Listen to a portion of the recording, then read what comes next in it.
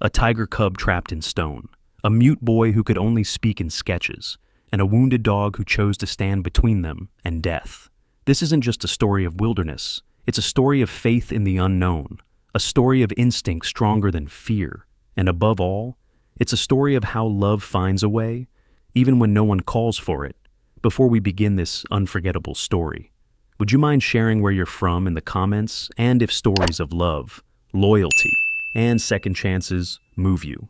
Please give this video a like and consider subscribing. Spring had only just begun to kiss the edges of the Blue Ridge Mountains, where North Carolina's cool mornings still clung to the scent of pine and melting snow. Fog weaved between the trees like silent spirits, and the earth beneath the forest canopy remained damp, soft with thawed moss and old secrets. The Appalachian Wildlife Preserve, nestled between ridgelines near Asheville, had seen better days, its trails underused, its rangers overworked, and its stories long forgotten by most, but not by her. Sarah McKinley adjusted her forest ranger's jacket as she stepped out of the patrol truck and shut the door with a quiet thud. At 32, she had the steady gait of someone used to uneven ground and silent watchfulness.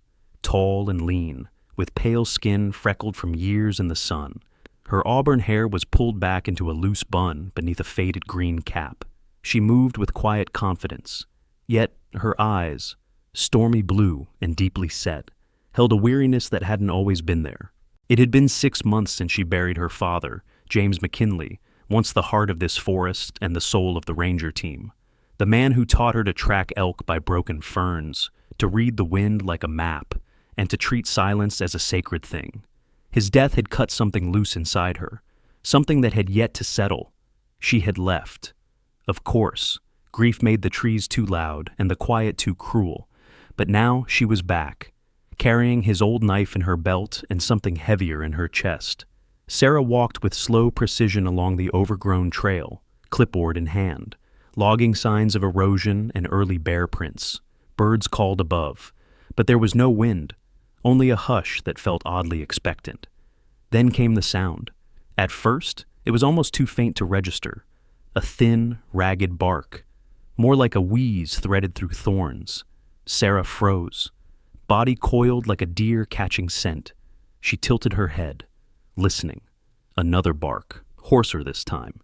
Then silence. She followed the sound, stepping off trail into dense underbrush, her boots sinking into damp earth. Branches clawed at her sleeves. 30 yards in, past a fallen spruce and beneath a thicket of mountain laurel, she found him. A German shepherd, no older than 6 or 7 years, was tangled in a web of broken branches and rusted barbed wire. His fur, once a proud blend of black and tan, was now caked with mud and blood. One front leg twisted awkwardly beneath him, while the other paw trembled in exhaustion. His eyes, however, deep brown and strikingly human, met hers with something between terror and hope. She crouched, palms open, voice soft. "Hey there, big guy, easy now. I'm not here to hurt you." The dog growled low, a warning more of pain than threat. Sarah took in every detail, the notched right ear, the old faded collar half buried in his fur, the tautness in his body like a coiled spring ready to snap. He was a working dog, no doubt, trained, abandoned, and near the edge. She scanned the mess of debris. The barbed wire looked like remnants from a collapsed fence, half hidden by last season's leaves. The branches were slick with melted snow, one of them pinning the dog's back leg. Sarah slowly removed her gloves and whispered, "It's okay, buddy, I've got you." She reached into her backpack, pulling out wire cutters and gauze, moving with steady, deliberate motion. The moment her cutters touched the wire, the dog flinched and growled again. But he didn't lunge, he didn't bite, he watched. Minutes passed as Sarah worked, carefully snipping strands, whispering words of comfort that weren't just for him. "You're not alone, not anymore." The last piece of wire came free. She pressed her hand gently to the dog's side, feeling the fast, shallow rhythm of his breath. Then it happened. A sound, soft but unmistakable, carried through the trees, a low chuff. Then another. Sarah froze. Her fingers hovered near the dog's fur, heart leaping into her throat. She turned her head. Across a narrow clearing, no more than 40 feet away, stood a tiger. It was massive, over 8 feet long, its golden-orange coat streaked with black like a ripple of sunlight through fire. But what drew her breath away were its eyes. Amber, unblinking, intelligent, a beat later. 2 more tigers emerged behind it, silent, deliberate, like smoke-made flesh. The largest one, likely female, stood just slightly ahead, head lowered slightly, tail flicking back and forth in short, twitchy movements. Sarah's pulse roared in her ears. This shouldn't be possible. Tigers weren't native to the Appalachians, not wild ones. She thought back. Rumors of illegal exotic pets released into the preserve after the collapse of a roadside wildlife attraction years ago. Her father had suspected as much. Maybe he was right. The dog let out a low whine. Sarah realized he hadn't moved. He wasn't trying to run. He was watching the tiger, and the tiger was watching him. No growl, no charge, just observation. Sarah held her ground. She kept her voice low, almost a prayer. We're not here to hurt anyone. We're just trying to get home. A full minute passed.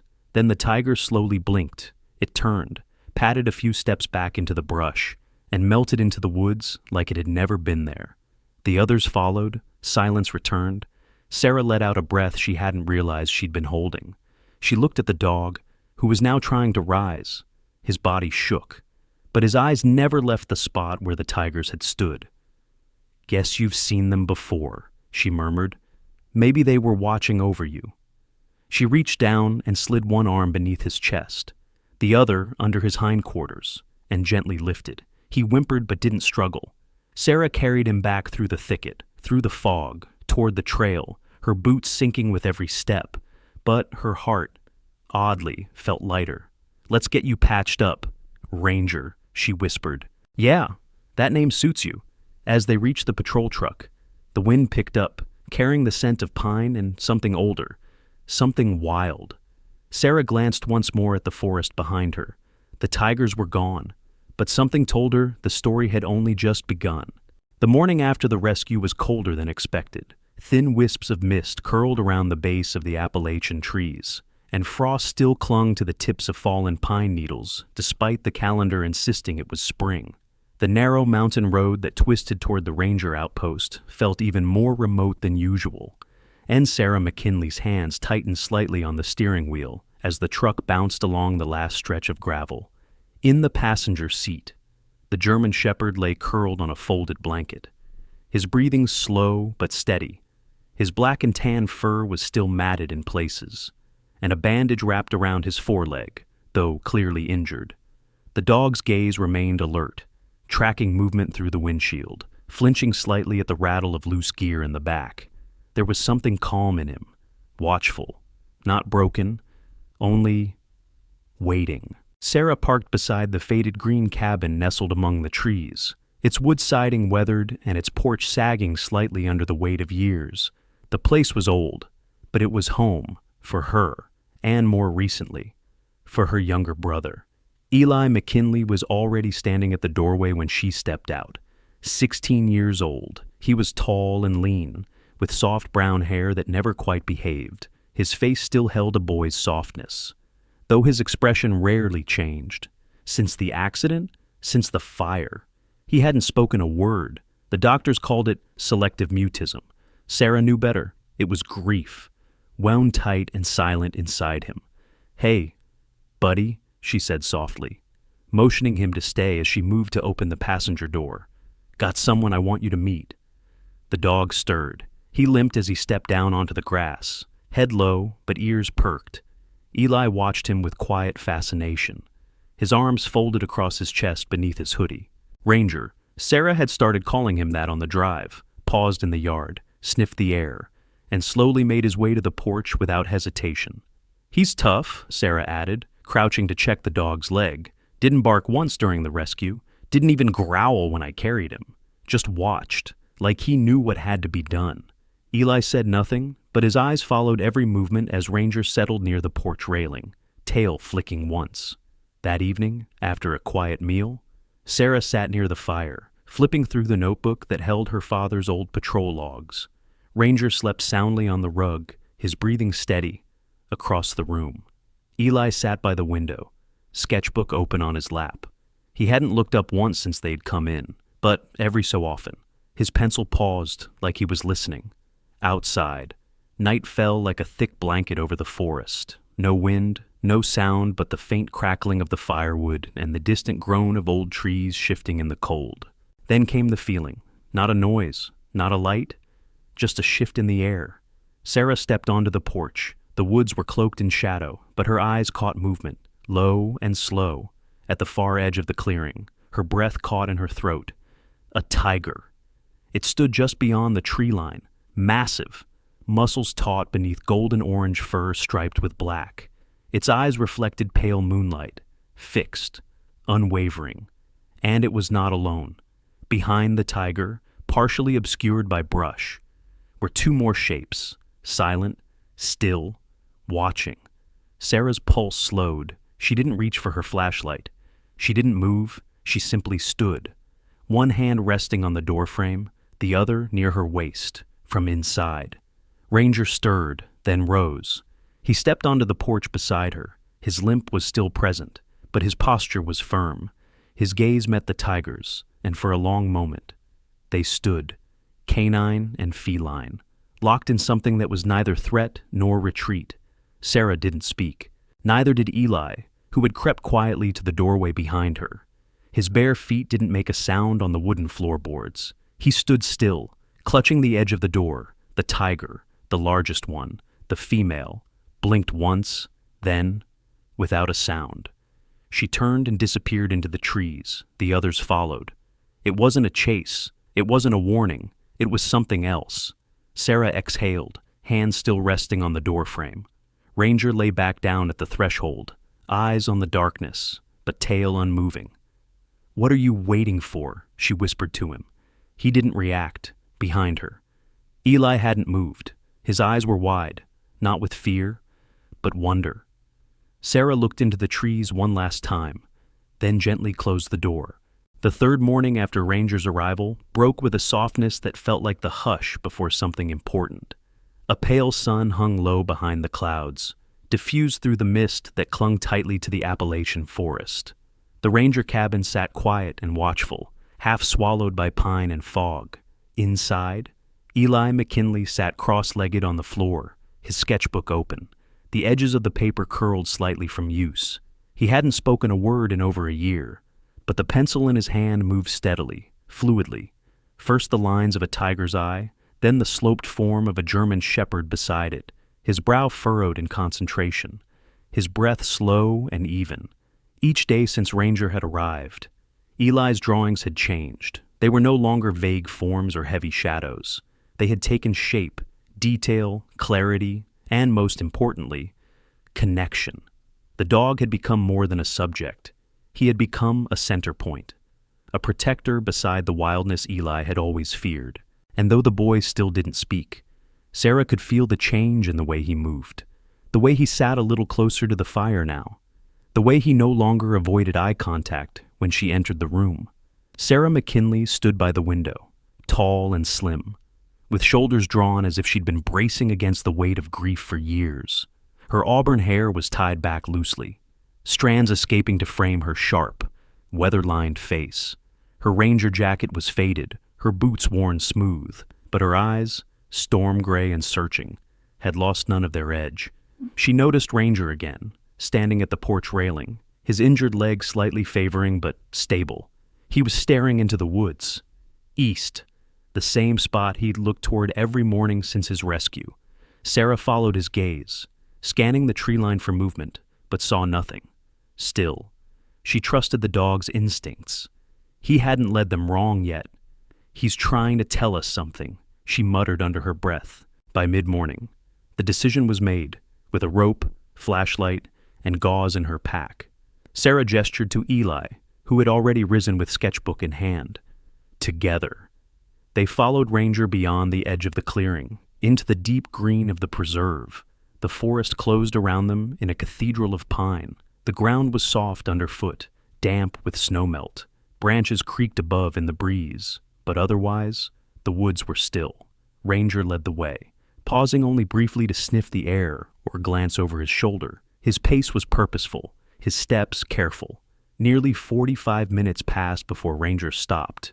They had reached a narrow gully overgrown with ferns and bramble. In the center of it, half hidden under a jutting slab of rock, lay a crevice, dark, damp, and tight. Ranger growled low, not in threat but in warning. Sarah knelt and shined her flashlight into the crack. Her breath caught. Inside, curled into a trembling ball, was a tiger cub. Its small frame was wedged between stone and root, fur matted with dirt and debris. The cub's chest rose and fell in shallow, erratic breaths. One paw was pinned beneath its body at an unnatural angle. There was no sound, no cry, just the barest shimmer of life. "It's alive," Sarah whispered, but barely. She looked to Eli, who had crouched beside her, sketchbook pressed to his chest. His wide hazel eyes flicked between the cub and Ranger, who stood stiff beside them, ears forward, tail still. Then the woods shifted, the underbrush to their right trembled, leaves whispered with tension, and Sierra stepped into view. The tigress emerged like a shadow birthed from the forest. Her massive body moved in silence, muscles coiling under her golden-orange coat, her eyes burning with awareness. Locked onto Sarah first, then down to the crevice, behind her. Two more tigers emerged, one younger and leaner, the other broad-shouldered and still. They fanned out, slowly, surrounding the ravine in a quiet triangle of pressure. Sarah stood slowly, hands raised to her sides. "We're trying to help," she said softly. Sierra didn't move. Her eyes flicked to Ranger. The German shepherd stepped forward, his head lowered but his stance solid. He did not bark. He did not growl. He simply stood between Sarah and the tigress, his eyes locked on hers. For a breathless minute, no one moved. The forest held its breath. Eli remained frozen behind Sarah, clutching his sketchbook tightly, but this time he did not flinch. He did not hide. Sarah reached toward her bag, slowly, cautiously, her eyes never leaving Sierra. She pulled out gauze and a blanket, her breath steady but shallow. "I can't reach the cub unless I get closer," she said, her voice just above a whisper, still. Sierra did not charge, but neither did she retreat. The tension thickened. The other two tigers shifted their weight, muscles flexing, ears twitching.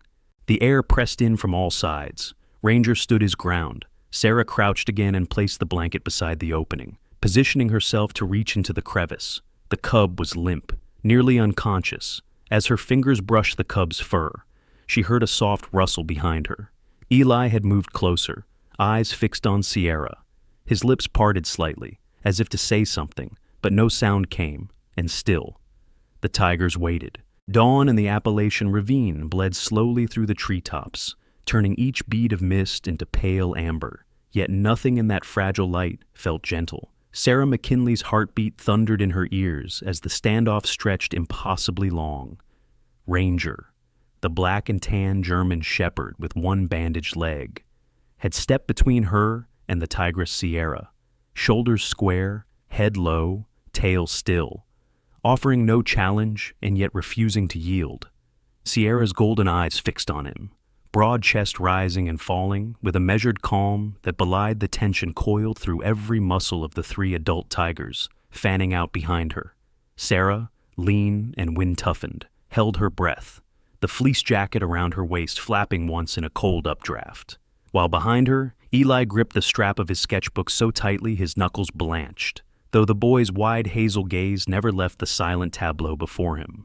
Ranger advanced a single deliberate pace, paused silent on damp leaves, then sat squarely between woman and tiger. He offered no growl, only a deep, steady stare that seemed to say, "I am not prey, and I am not threat, only guardian."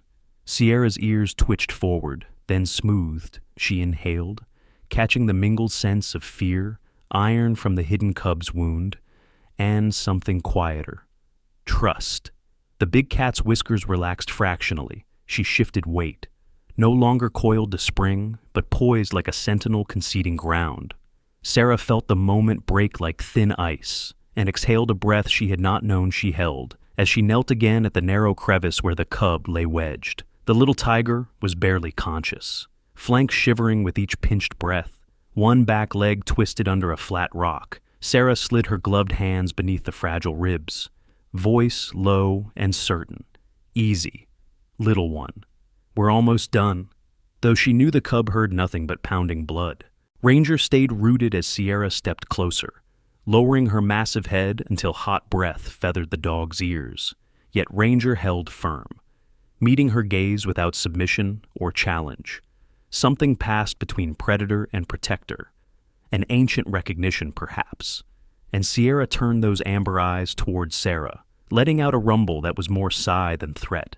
Permission granted, with care born from years of field rescues. Sarah braced her shoulder against the stone, coaxed the limb free, and cradled the cub against her chest inside her jacket.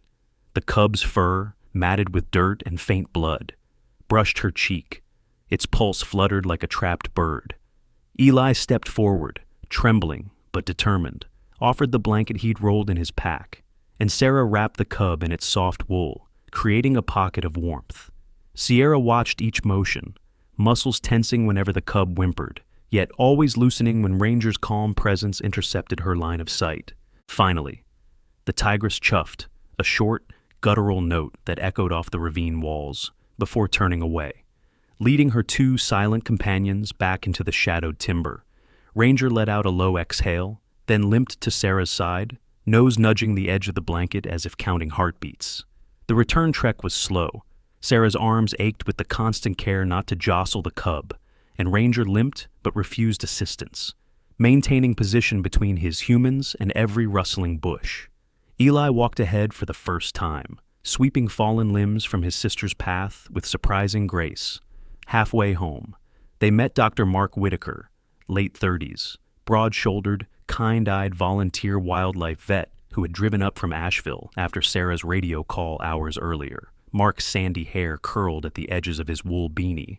A weak stubble shadowed a face that still carried boyish openness. He greeted Ranger with a calm, "Hey, partner," knelt to gauge the dog's gait, then shifted to the bundle in Sarah's arms. Professionalism veiled his worry when he noted the cub's shallow breaths. Together, they quick-rigged a stretcher from Mark's tarp and 2 saplings, giving Sarah's arms relief while keeping the cub as still as possible. The cabin filled quickly with purposeful motion. Sarah cleared the wide pine table. Mark unpacked sterile dressings and saline, and Eli stoked the fire high. Ranger lay near the doorway, chin on paws, brown eyes following every move, under dim lamplight. Mark administered fluids and splinted the cub's sprained leg. Sarah wiped away dirt, murmuring encouragement no human cub would understand. Yet she could not stop. Eli hovered, clutching his sketchbook to his chest. His lips moved with silent words he could not yet release. When the crisis eased, Mark leaned back, rolling his shoulders. "He or she needs a name," he said quietly, voice low so as not to startle the sleeping cub, whose sides now rose less raggedly. Sarah. Exhaustion etched into the lines around her mouth. Glanced toward the window, where afternoon light slanted gold across the pines. She opened her mouth, but no word came. Grief for her father, the weight of responsibility, and the improbable peace with Sierra clogged her throat. A sound cut the hush, a single, hesitant syllable. "Aspen," Eli whispered, voice cracked with disuse yet clear enough to freeze both adults mid-breath. The boy's eyes shone, startled at his own voice, but he repeated, stronger this time. "Aspen." Tears flooded Sarah's vision. She pressed a hand to her lips as an involuntary sob escaped, part relief, part wonder. Ranger's tail thumped once against the floorboards, as though applauding the moment. Mark offered a gentle nod of approval and scribbled the name on a medical tag. Aspen McKinley, tiger cub. "Date!" Sarah knelt, pulling Eli into a fierce embrace, something she had not dared since the night flames took their home. "You spoke." She breathed, voice trembling. Eli nodded against her shoulder, and for the first time in too long, she felt his arms wrap back, tentative but real. Over the hearth, the fire cracked, sending sparks upward like tiny constellations. And on the table, Aspen slept, chest rising in steadier rhythm, wrapped in Eli's blanket of forest green wool. Outside, the wind shifted, carrying distant echoes of a tigress's call, not angry, not mournful, but acknowledging. Ranger lifted his head, ears swiveling, then settled once more.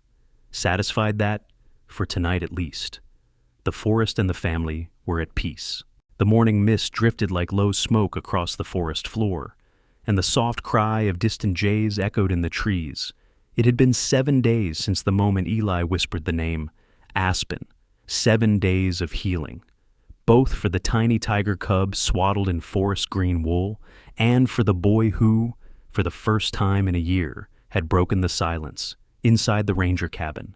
Aspen now paced clumsily across the wide pine floor, his legs stronger, though still awkward with youth. His golden-orange fur had thickened, the ribs no longer prominent, and his left hind leg, once twisted, moved with near full strength thanks to Sarah's daily therapy and Dr. Mark Whitaker's careful bandaging. The cub let out a curious chuff and leapt ungracefully onto a folded blanket by the hearth, narrowly missing Ranger's paw. Ranger barely stirred. The aging German shepherd lay stretched near the fire, his deep brown eyes half-lidded but watching. His wound had healed into a dark scar along his left foreleg, and though the limp remained faint, he moved now with more ease. His fur had a healthier sheen, and he seemed to carry something new in his posture, purpose, or perhaps clarity. Sarah had begun to suspect that this dog had not simply wandered into their lives, but had been called. Sarah herself stood near the window, arms crossed, her ranger uniform covered in faint splotches of mud and tiger fur. Her auburn hair was tied back tightly, a habit inherited from her father, and the lines around her eyes seemed softer now. She no longer carried that edge of grief like armor. Watching Aspen bat playfully at Ranger's tail, she let out a breath, half a sigh, half a smile. Eli knelt across the room, sketchbook open, graphite in hand. He was drawing again, this time without hesitation. His voice had not yet returned fully, but words came in soft spurts, names, thoughts, even laughter. He still preferred to speak with his hands, through drawings, gestures, and looks. But the silence was no longer his prison. It had become his choice. Aspen paused and looked toward the door. They all noticed it. At the same time, the stillness, the sudden absence of bird call, the way the trees outside seemed to hold their breath. Sarah reached for her field binoculars and stepped onto the porch. She didn't need to raise them. They were already there. Sierra stood at the edge of the clearing, proud and tall, her golden eyes calm but unyielding. Behind her were the same 2 tigers from the ravine, one slightly smaller, younger perhaps, and the other broader, likely male. They formed a half circle just beyond the low brush. Ranger stood before Sarah gave a command. He moved slowly to the porch steps, head raised, tail still, ears forward. Aspen bounded behind him, stopping only when Ranger looked back. There was no bark, no whine, only stillness. Sarah crouched beside Eli. "They're not here for us," she whispered. Ranger stepped off the porch. Aspen followed, tentative, then more confident as the older dog led the way. When the cub reached the edge of the clearing, Sierra stepped forward. It was not an attack, not a test. It was a welcoming. She lowered her massive head, sniffed Aspen's fur, then gently licked behind the cub's ear. The other tigers closed in, slowly, creating a circle of quiet and warmth around the cub and Ranger alike. Aspen chuffed excitedly, tail swaying, before playfully pawing at one of the younger tiger's legs. Ranger stood still. Then he turned. He looked back at Sarah and Eli, long enough to meet their eyes, long enough to say goodbye. Sarah felt something swell in her throat. "You don't have to," she whispered under her breath. "You can stay." But she knew. This was where he belonged, not with a leash, not by the fire, but in the wild, with those he had guarded from afar, and the one he had saved. Eli stepped forward, his voice barely carried. "Bye, Ranger." The dog gave one small wag of his tail, just once, and then turned back to the trees. Sierra moved with him, Aspen bouncing at their heels, and they vanished, into the woods, into home. The weeks that followed were quiet, but no longer empty. Sarah returned to her ranger work with a steadier spirit. Eli, now speaking in whispers and full sentences alike, suggested an idea one rainy afternoon while sketching under the porch awning. What if we helped other kids see this? Sarah looked up from the logbook. See what trust looks like? What wild doesn't mean scary. And so they began, with 2 trail cameras and 1 salvaged ranger shed. They opened the Instinct and Trust Youth Program 3 months later. Children from Asheville, Waynesville, and tiny towns between came to learn about tigers, about the forest, about listening. Some were on the spectrum, like Eli. Others had known trauma, but in the trees, something healed. In their final session of the summer, a girl named Morgan, freckled, 8 years old, with a purple hoodie and a love of sketching, held up her newest drawing. It showed 5 tigers under the trees, and 1 dog in the middle. She'd titled it in green crayon, Family of the Green Forest. Sarah framed it on the cabin wall. Eli didn't say anything, but when he walked out into the trees later that day, he looked east and smiled. Sometimes, what looks like instinct is something far deeper, a whisper from God, a quiet miracle hiding in the wild.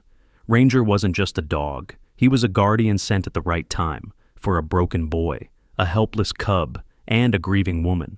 And maybe, just maybe, for all of us watching too, in a world full of noise, the forest teaches us to listen, not with our ears, but with our hearts, to trust that healing can come in the most unexpected ways, and that family isn't always who you're born with, it's who chooses to stay, even when the wild calls them home. So today, if you're struggling, if you're waiting for a sign, this story is for you. There is a plan, even if you can't see it yet, and someone is walking beside you, even in silence. If this touched your heart, please share this story with someone who needs hope. Comment Amen if you believe in second chances, in quiet miracles, and in the power of love. Don't forget to subscribe for more stories of faith, courage, and the incredible bond between animals and the human spirit. And may God bless you and your loved ones with the strength to heal, the grace to trust, and the eyes to see His hand, even in the wild.